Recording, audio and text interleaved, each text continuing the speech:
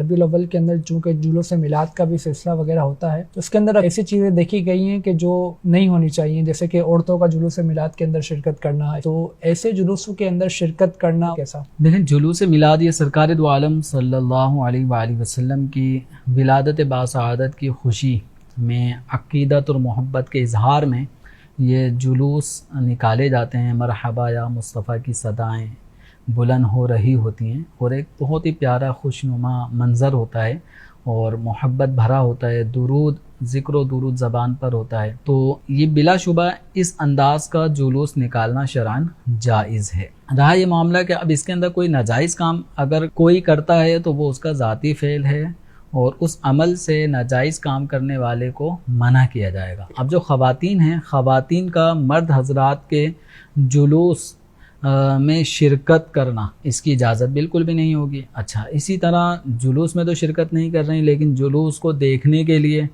Visit के तौर पे वो आई हैं और यूँ रोडों पे वो भी खड़ी हैं। अब उमूमी एतबार से पर्दे का ख़वातीन में अब बहुत ज़्यादा फुक़दान है, तो पर्दा किए बगैर चेहरा खुला है, बाल दिख रहे हों, तो इस अंदाज से तो औरत को जुलूस क्या किसी भी काम के लिए किसी अजनबी आदमी के सामने आने की इजाज़त नहीं है। अब जुलूस में तो एक बड़ी तादाद होती है और इस मौके पर भी ख़वातीन अगर बेपर्दा जुलूस को देखने के लिए भी आएंगी तो शरअन उनको इस तरह जुलूस देखने की भी इजाज़त नहीं होगी। तो ये घर के मर्द हज़रात को चाहिए कि इस चीज़ को कंट्रोल करें और अपनी ख़वातीन को बापर्दा शरीयत मुताहरा के अहकाम के मुताबिक ज़िंदगी गुजारने की तलक़ीन करें। ये मर्द हज़रात की ज़िम्मेदारी है। इसी तरह बाज़ औक़ात जो पापड़ और चिप्स और इस तरह के जूस वग़ैरह तकसीम कर रहे होते हैं, इन्हें भी चाहिए कि जुलूस मिलाद के इस मौके पर अगर इन्हें कोई चीज़ तकसीम करनी है तो एहतिमाम के साथ अदब का भी ख्याल रखें, जुलूस की अज़मत को भी सामने रखें और साथ ही साथ बदमज़गी होने से बचाएं।